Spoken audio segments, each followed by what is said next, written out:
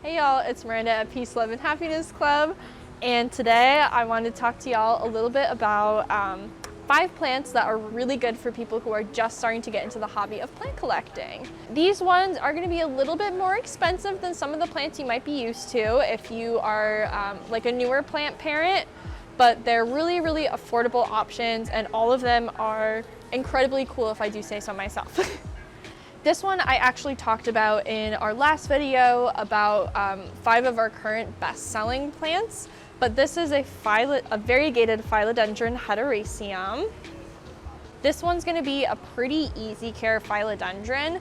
It's also relatively fast growing for a variegated plant, which is awesome.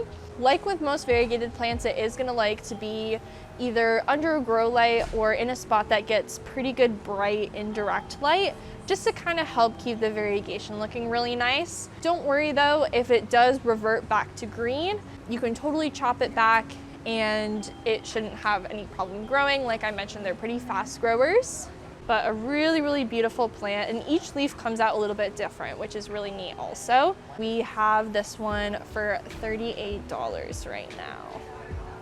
Moving on to the next one, this is going to be a phylodendron Florida Ghost.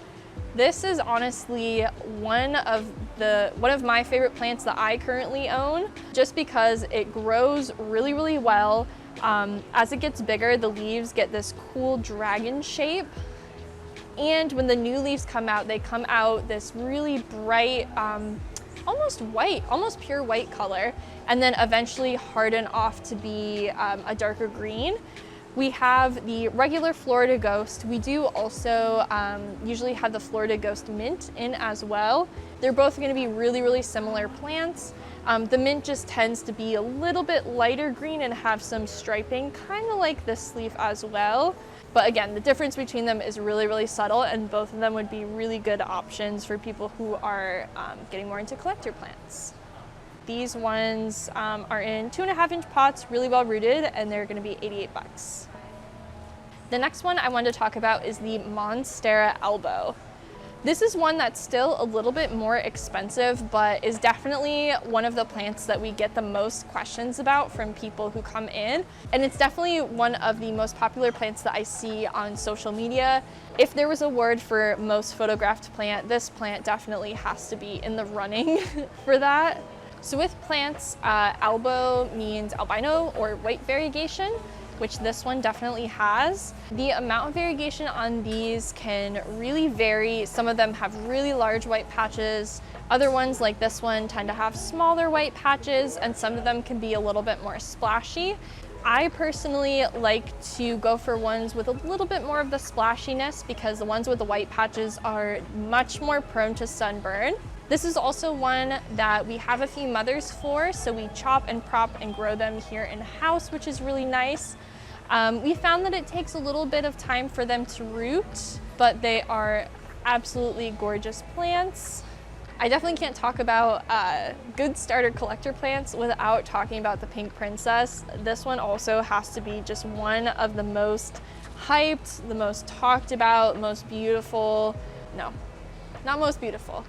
There was a lot of controversy a little while ago about the Pink Princess versus the Pink Congo. The Pink Congo is one where the leaves would come out pink, but they were dyed chemically, and so it wasn't actually a hybrid like this one was. With this one, the new leaves will come out with patches of pink, which is really cool. Finally, the last plant that I wanted to talk to you guys about today is going to be the Epipremnum pinnatum elbow. Elbow in this case means albino variegation or white variegation on these leaves, and I think this is my favorite type of plant with elbow variegation. It's an Epipremnum, so it's not a Monstera phylodendron. This one's going to be a true pothos. Like the other varieties of Epipremnum pinnatum, it'll also get small fenestrations in the leaves. Jason, he was doing that to me all day yesterday. I also love this one because I've seen it put up on like moss poles or planks in really interesting ways. It's going to love to have something to climb that's going to cause the leaves to get bigger and get those beautiful fenestrations in them. When I first started here, we had one on a moss pole on the wall that I desperately wanted, but now I have one of these smaller ones so I can grow my own. just look at the white patch on this leaf too. If you're getting more into plant collecting, you found some options that you might want to add to your collection. Make sure to like, comment, subscribe, check in with us for all of our other videos. We've got them Wednesdays, Sundays, and then live streams every Saturday. Peace out, guys.